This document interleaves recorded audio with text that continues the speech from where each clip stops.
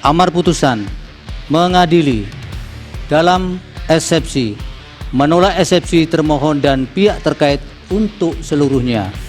Dalam pokok permohonan, menolak permohonan pemohon untuk seluruhnya.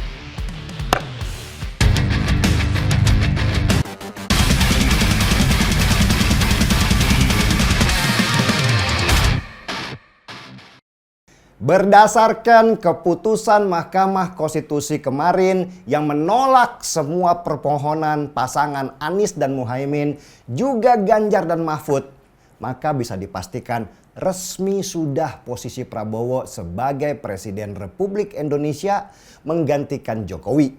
Meski pelantikannya itu baru bulan Oktober nanti. Banyak yang menanti apakah Mahkamah Konstitusi berani membuat sejarah baru seperti di Kenya, Bolivia, Ukraina, dan beberapa negara lain yang pernah mengulang pemilu mereka karena dianggap curang secara terstruktur, masif, dan sistematis. Dan ternyata tidak. Seperti yang sudah ditebak, Mahkamah Konstitusi kita cenderung main aman dengan menganggap bahwa pemilu 2024 ini tidak bermasalah. Ya itulah keputusan Mahkamah Konstitusi yang pasti bikin logika berpikir kita itu mandek.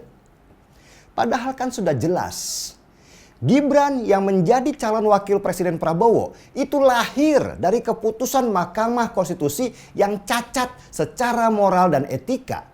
Sehingga bahkan Anwar Usman, paman Gibran yang menjadi ketua mahkamah yang meloloskan keponakannya itu, akhirnya dipecat dari jabatan ketua oleh Majelis Kehormatan. Tapi tetap saja Mahkamah Konstitusi menutup mata dengan menyebut bahwa tidak ditemukannya nepotisme di dalam pencalonan Gibran. Ajaib kan?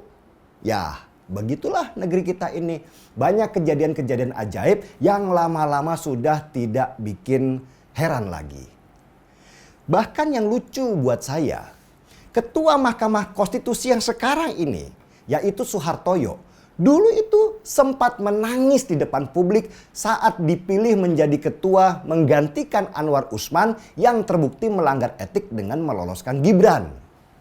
Soehartojo menangis karena menganggap marwah Mahkamah Konstitusi hancur lebur sesudah keputusan Anwar Usman itu yang menjadikan mahkamah menjadi bahan bulian masyarakat.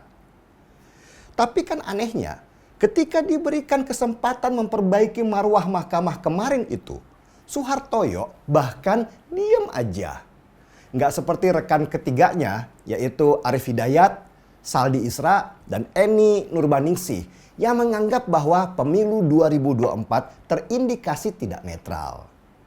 Lalu kemana sih dulu itu air mata Hakim Soehartojo?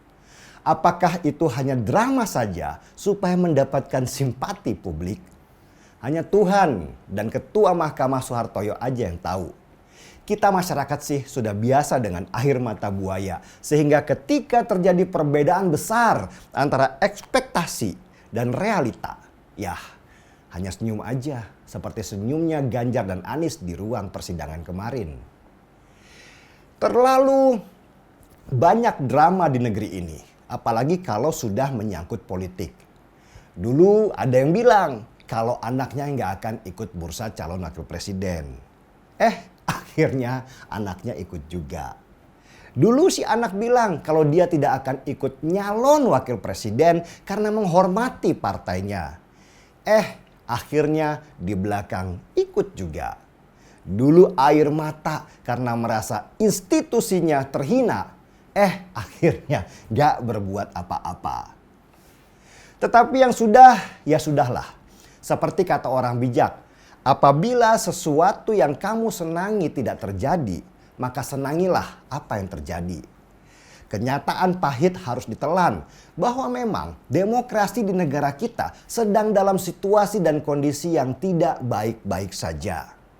Tetapi ketidakbaikan itu tidak lantas membuat kita itu turun ke jalan, merusak dan membuat kerusuhan seperti pendukung Prabowo di pemilu 2019 lalu yang sampai menewaskan 6 jiwa dan ratusan lainnya luka-luka dan ditangkap oleh pihak kepolisian.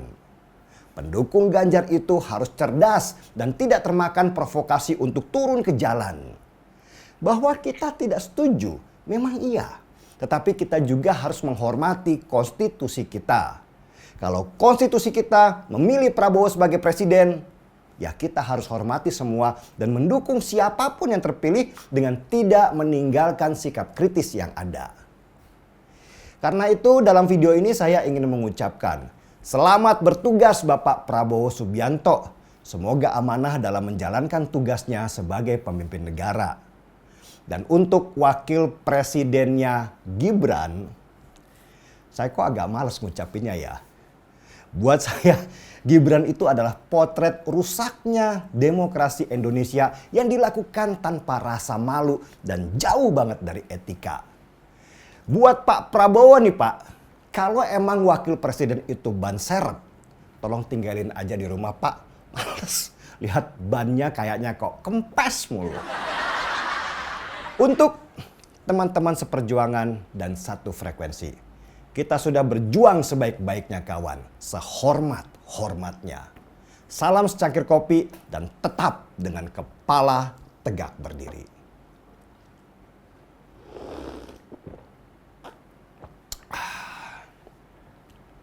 Gaspol.